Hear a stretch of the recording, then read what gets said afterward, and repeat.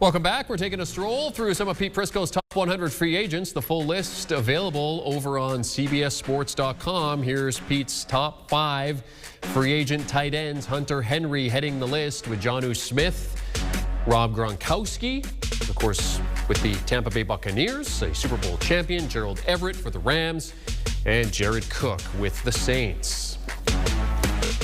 Let's continue the conversation about these with Pete Prisco and Danny Kanell discussing the tight ends on the market. Top of the list, you just saw Hunter Henry, who only missed 2 games this past season, had 60 receptions here, Pete, on the franchise tag.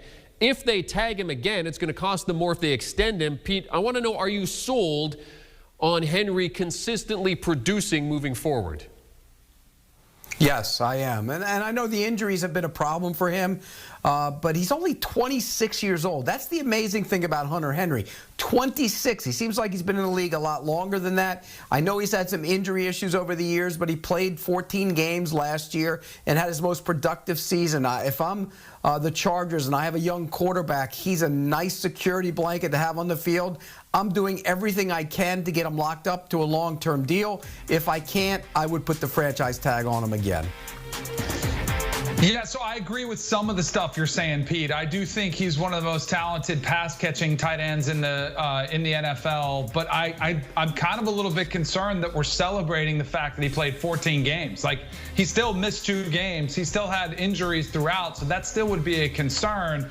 The run blocking, to me, I know it's an issue with him, but it's not something I'm worried about, especially in today's NFL. I mean, run blocking tight ends are something you can find out and you can sub in for him if you want to try to run the football. This is a pass-happy league, and Hunter Henry excels in that with 2,300 yards catching and 21 touchdowns in his first 4 years. So he's showcased the ability to be that threat through the air where you're trying to find mismatches against linebackers and safeties. He's got the ability to do that, but I would be a little bit concerned about the injuries. But at some point, you kind of take it for what it is and you say, hey, we're going to try to keep him healthy, and if he gets hurt, hopefully it is only 2 games, and I'm sure that's the approach the Chargers are probably going to take with him too. And I'm sure they'll use some of that in negotiations as well, because I'm sure they would like to avoid the franchise tag again and try to get him a longer-term deal worked out too, to pair with their young quarterback. Yeah, Justin Herbert would certainly love to have him as well, with Hunter Henry, you know, coming of age in that way. At 26 years old, as you said, Pete, could be a good guy for Justin Herbert certainly to have. You talk about the pass blocking, or pardon me, the blocking in general, just run blocking with the tight end, and how Hunter Henry's improved on that. Jonnu Smith, the guy who's also improved on his run blocking, 8 touchdowns last season, but is the blocking kind of the thing that's more important and more valuable here, Pete? No. He's improved as a run blocker, but by no means is he a really good run blocker. But he has gotten better, and that gives him a little bit of versatility. Normally, you'd look at him and say, okay, he's a flex tight end. You move him out.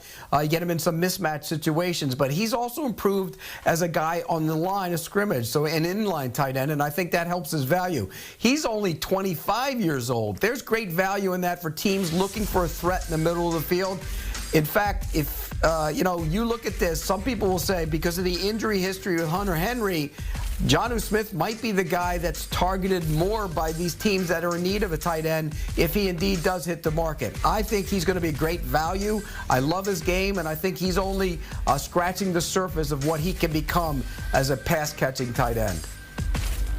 I would agree with you. I think Jonnu Smith is somebody where there still might be tremendous upside. No, Hunter Henry's younger, but from what we've seen already, is there much more room to grow? And I think Jonnu Smith clearly shown with his best season to date this past season has shown that there might be more to grow with him. And the run blocking, clearly with one of the better rushing attacks and one of the better running backs in the NFL with Derrick Henry coming out of there, has been something that hasn't been an issue whatsoever, but they've developed him into a really nice run blocking tight end. You know what you're going to get out of the pass. So I think for around $8 or $9 million a year, you might get much better value with Jonnu Smith than you would over Hunter Henry, where you might have to pay him a little bit more. But the Titans have Corey Davis, also a free agent as well. So, I mean, they have some priorities here. Pete, what do you think the chances are that a guy like Smith does hit the market?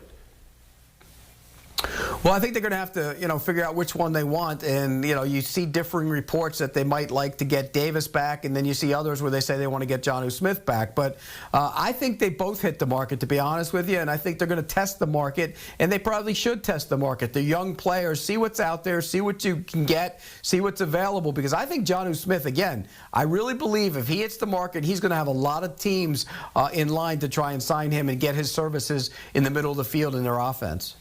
Rob Gronkowski, a guy who came out of retirement to join the GOAT in Tampa Bay, and the rest, as they say, is history. Now Gronk is set to hit the market, but I mean, is he going to really hit the market here, Danny? What are the chances that Gronk goes anywhere without Brady?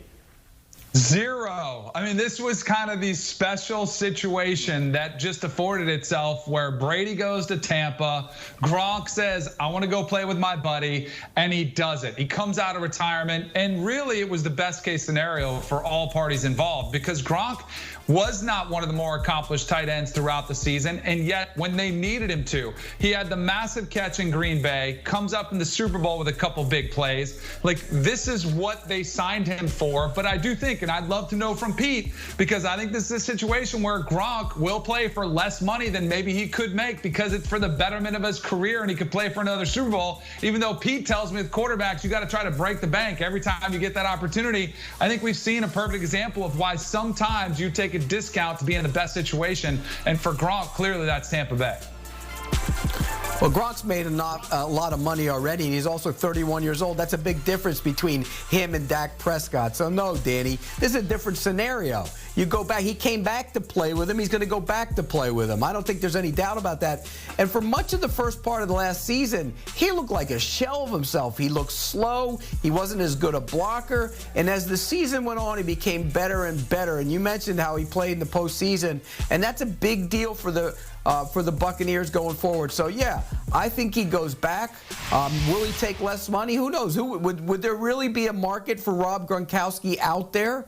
I don't know. I mean, he really didn't put up big numbers like you mentioned. So he goes back. He's a big part of the offense. He has an entire offseason to get in shape. He will be a bigger part of the offense early in the season next year. Want a sports network that delivers everything that matters about the game? The highlights, the picks, the instant analysis. No yelling, no fake debates, no politics. Hit the subscribe button and never miss a moment.